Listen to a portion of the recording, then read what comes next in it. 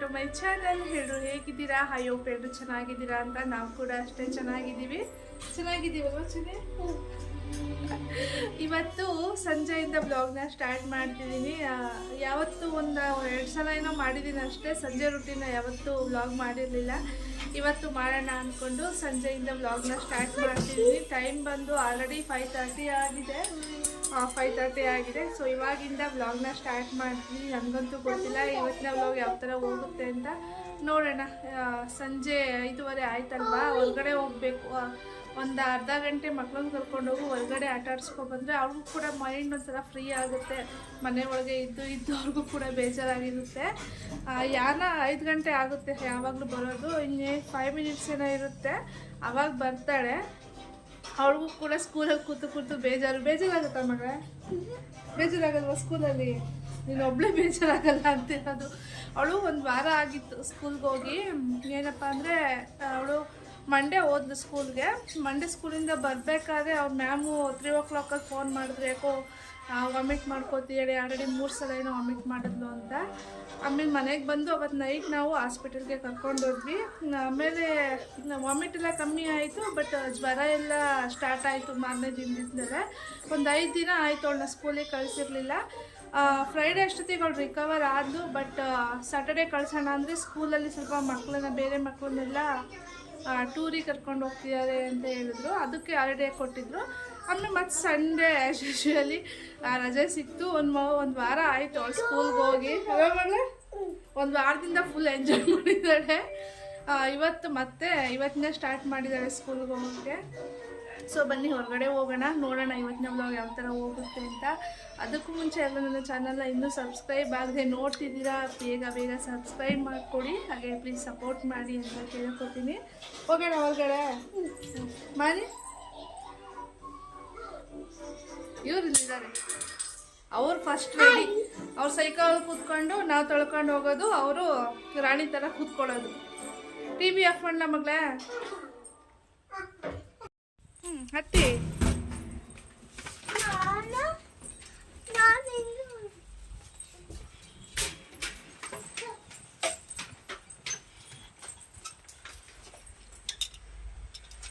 ಹಾಗೆ ಈ money plant ಇದೆಯಲ್ಲ, ಒಳಗಡೆ ಇತ್ತು. ಹ್ಯಾಂಡ್ ವಾಶ್ ಇದೆಯಲ್ಲ, ಅಲ್ಲೇ ಇಟ್ಟಿದ್ದೆ. ಬಟ್ ಇಲ್ಲಿಗೆ ಲಾಸ್ಟ್ ಆಗಿತ್ತು. ಇಷ್ಟೇ ಬಂದಿದ್ದಿತ್ತು, ಹೊರಗಡೆ ಬಂದಿಲ್ಲ ಅಂತ ಹೇಳ್ಬಿಟ್ಟು ಹೊರಗಡೆ ಇಟ್ಟಿದೆ. ಹೊರಗಡೆ ಹಿಂಗೆ ಒಂದು ಕಿಟಕಿ ಇದೆ ಬಾಗಿಲು ಪಕ್ಕನೇ, ಅಲ್ಲಿಗೆ ಇಕ್ಕಿದ್ದೀನಿ. ಸೊ ಬಿಸಿಲಿಗೆ ಬಂದಮೇಲೆ ಇಷ್ಟು ಚಿಗುರಿದೆ. ಆಲ್ಮೋಸ್ಟ್ ಇದನ್ನು ಒಂದು 15 ದಿನ ಆಯಿತು ಅನ್ಸುತ್ತೆ ನಾನು ಆಚೆ ಇಟ್ಟು. ಅಷ್ಟರಲ್ಲಿ ಇಷ್ಟು ಬಂದಿದೆ. ಒಳಗಡೆ ಆಗಿದ್ರೆ ಬಂದಿರಲಿಲ್ಲ. ಸೊ ಇಲ್ಲಿ ಚೆನ್ನಾಗಿ ಬರ್ತಿದೆ.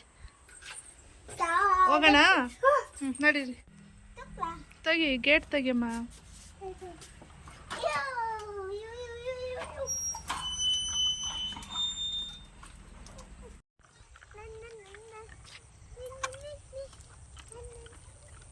ನಾನು ತೊಳ್ಕೊಬರ್ತೀನಿ ಅಂತ ಹೇಳ್ಬಿಟ್ಟು ತಂಗಿನ ತೊಳ್ಕೊಂಡು ಬರ್ತಿದ್ದಾಳೆ. ಹೆಂಗೆ ಬೇಕು ಹಂಗೆ ಹೋಗ್ತಾಳೆ ಅಲ್ವಾ ಚಿನ್ನಿ?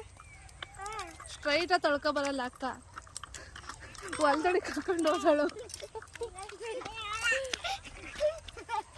ಬೀಳ್ಸಿ ಚಿನ್ನಿ.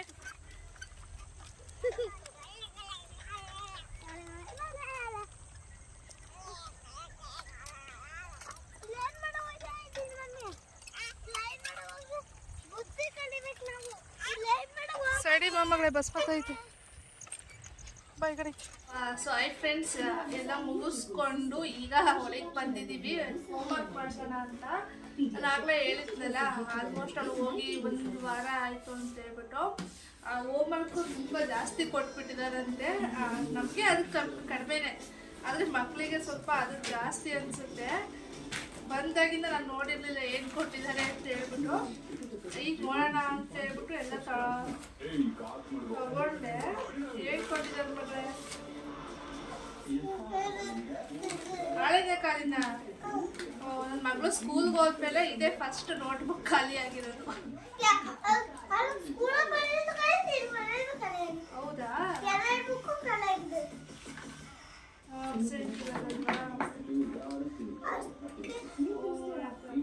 ಸೊ 1 to 100 ಬರೆಯೋಕ್ಕೆ ಕೊಟ್ಟಿದ್ದಾರೆ. ಇದು ಮೋಸ್ಟ್ಲಿ 20ನೇ ತಾರೀಕು. ಇವತ್ತು ಡೇಟ್ ಎಷ್ಟು?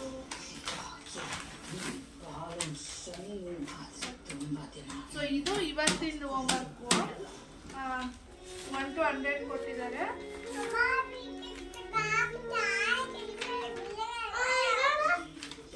ಎರಡು ಸಲ ಕೊಟ್ಟಿದ್ದಾರೆ ಬರೆಯೋದಕ್ಕೆ.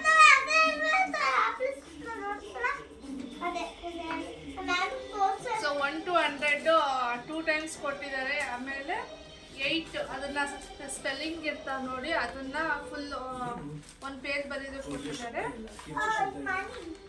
ಆಮೇಲೆ 9 ಸೊ ಇಷ್ಟು ಕೊಟ್ಟಿದ್ದಾರೆ ಬರಿಬೇಕು. ಬರ್ಸೋ ಅಷ್ಟೊತ್ತಿಗೆ ನಂಗೆ ಇವತ್ತು ಫುಲ್ ಕೆಲಸ. ಯಾಕಂದ್ರೆ ಮಾಮೂಲಿ ಹೋಮ್ವರ್ಕ್ 1 ಪೇಜ್ ಬರೆಯೋದಕ್ಕೆ 1/4 ಗಂಟೆ ಇಲ್ಲ ಹೆಚ್ಚು ಕಮ್ಮಿ ಹಾಫ್ ಅನ್ ಅವರೇ ತಗೋತಾಳ ಅವಳು. ಸೊ ಇವತ್ತು ಇಷ್ಟೊಂದು ಹೋಮ್ವರ್ಕ್ ಐತಿ, ಯಾವಾಗ ಬರೀತಾಳೋ ಗೊತ್ತಿಲ್ಲ. ಬರ್ತೀಯಲ್ಲ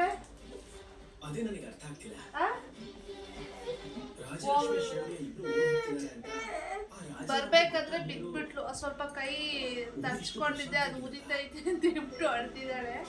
ಹೋಗ್ಲಿ ಬಿಟ್ಬಿಟ್ಟೆ ಪಪ್ಪಂಗೆ ಪ್ಲಾಸ್ಟಿಕ್ ತರಕ್ಕೆ ಟಿಪ್ಪು ಆಗಿತ್ತಾ. ನೀನೇನ್ ಬರ್ತೀಯ ಮಗಳೇ? ಇವರು ನಮ್ಮ ದೊಡ್ಡ ಮೇಡಮ್ ಅವರು.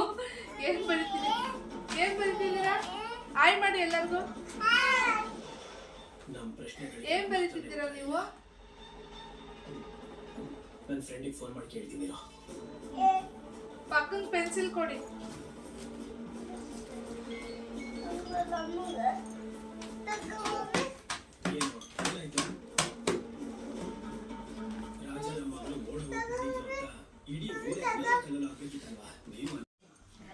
Hi friends, so finally homework ಎಲ್ಲ ಮುಗಿಸಿ ಈಗ ಕಿಚನ್ಗೆ ಬಂದಿದ್ದೀನಿ.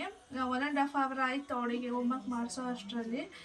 ಅದು ಅವಳು ನನ್ನ ಕೈಲಿ ಆಗ್ತಿಲ್ಲ ಅದು ಇದು ಅಂತ ಗೊಣ್ಗಾಡ್ಕೊಂಡು ಸೊ ಫೈನಲಾಗಿ ಹೋಮ್ವರ್ಕ್ ಎಲ್ಲ ಮುಗಿಸಿದ್ಲು. ಇವತ್ತು ನಾನು ರೊಟ್ಟಿ ಮಾಡೋಣ ಅಂತ ಅಂದ್ಕೊಂಡಿದ್ದೀನಿ. ಮಧ್ಯಾಹ್ನ ಸ್ವಲ್ಪ ಚಿಕನ್ ಗ್ರೇವಿ ಮಾಡಿದ್ದು, ಅದಕ್ಕೆ ರೊಟ್ಟಿ ಚೆನ್ನಾಗಿರುತ್ತೆ ಕಾಂಬಿನೇಷನ್ ಅಂತ ಹೇಳ್ಬಿಟ್ಟು ರೊಟ್ಟಿ ಮಾಡೋಣ ಅಂತ ಅಂದ್ಕೊಂಡಿದ್ದೀನಿ. ಸೊ ರೊಟ್ಟಿ ಮಾಡೋದಕ್ಕೆ ಅನ್ನನ ರುಬ್ಕೋತಿದ್ದೀನಿ. ಅನ್ನ ಇತ್ತು ಸ್ವಲ್ಪ ಮಧ್ಯಾಹ್ನ ಮಾಡಿದ್ದು ಊಟಕ್ಕೆ ಅಂತ ಹೇಳ್ಬಿಟ್ಟು, ಸುಮ್ಮನೆ ಯಾಕೆ ವೇಸ್ಟ್ ಮಾಡೋದು, ರೊಟ್ಟಿಗೆ ಹಾಕಿದ್ರೆ ಚೆನ್ನಾಗಿರುತ್ತೆ ಅಂತ ಹೇಳ್ಬಿಟ್ಟು ರೊಟ್ಟಿ ಮಾಡ್ತಿದ್ದೀನಿ. ಸೊ ಫಸ್ಟು ನಾನು ಒಂದು ಮಿಕ್ಸಿ ಜಾರ್ಗೆ ಅನ್ನ ನಮಗೆ ಎಷ್ಟು ಬೇಕು ಅಷ್ಟನ್ನು ನೋಡಿ ಹಾಕೋತಿದ್ದೀನಿ. ನಮಗೆ ಇಷ್ಟ ಆದರೆ ಸಾಕಾಗುತ್ತೆ, ಸ್ವಲ್ಪ ಹಾಕ್ಕೊಂಡು ರುಬ್ಕೊಂಡಿದ್ದೀನಿ.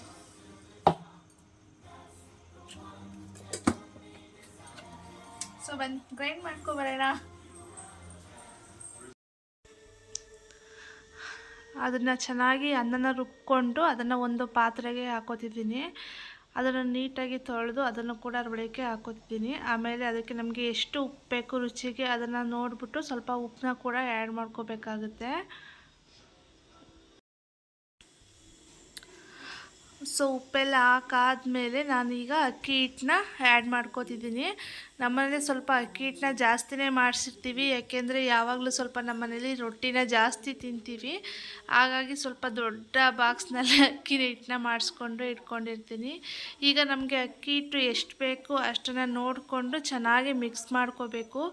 ಕೈಯಲ್ಲೇ ನೀಟಾಗಿ ಮಿಕ್ಸ್ ಮಾಡ್ಕೊಂಡಿದ್ರೆ ರೊಟ್ಟಿ ಚೆನ್ನಾಗಿ ಬರುತ್ತೆ. ಆದಷ್ಟು ನೀಟಾಗಿ ಚೆನ್ನಾಗಿ ನಾದ್ಕೋಬೇಕು ಅಕ್ಕಿ ಹಿಟ್ಟನ್ನ. ನೋಡಿ ಯಾವ ಥರ ನಾದ್ಕೋತಿದ್ದೀನಿ ನೋಡ್ಕೊಳ್ಳಿ. ನಿಮಗೆ ನೀರು ಬೇಕು ಅನಿಸಿದ್ರೆ ನೀರನ್ನ ಕೂಡ ಆ್ಯಡ್ ಮಾಡ್ಕೊಳ್ಳಿ. ಸೊ ನಮಗೆ ಇಷ್ಟು ಇಬ್ಬರಿಗೆ ಮತ್ತು ಮಕ್ಕಳಿಗೆ ಇಷ್ಟ ಆದರೆ ಸಾಕಾಗುತ್ತೆ. ನೀಟಾಗಿ ಮಿಕ್ಸ್ ಮಾಡಿಕೊಂಡು ನಾದ್ಕೊಂಡು ನಾನು ಇದನ್ನು ಮುಚ್ಚಿ ಇಡ್ತಿದ್ದೀನಿ.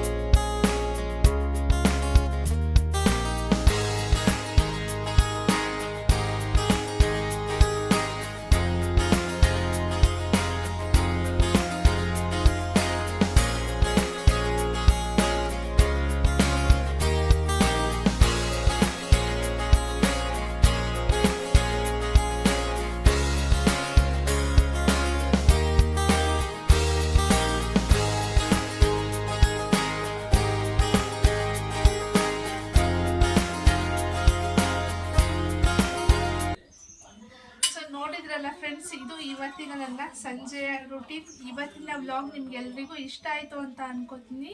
ಯಾರೆಲ್ಲ ನೋಡ್ತಿದ್ದೀರಾ ಸೊ ಪ್ಲೀಸ್ ಸಬ್ಸ್ಕ್ರೈಬ್ ಮಾಡ್ಕೊಡಿ, ಸಪೋರ್ಟ್ ಮಾಡಿ. ಹಾಗೆ ನೆಕ್ಸ್ಟ್ ವ್ಲಾಗಲ್ಲಿ ನಾನು ನಿಮಗೆ ಸಿಗ್ತೀನಿ. ಅಲ್ಲಿವರೆಗೂ ಎಲ್ರಿಗೂ ನಮಸ್ಕಾರ, ಬಾಯ್ ಬಾಯ್.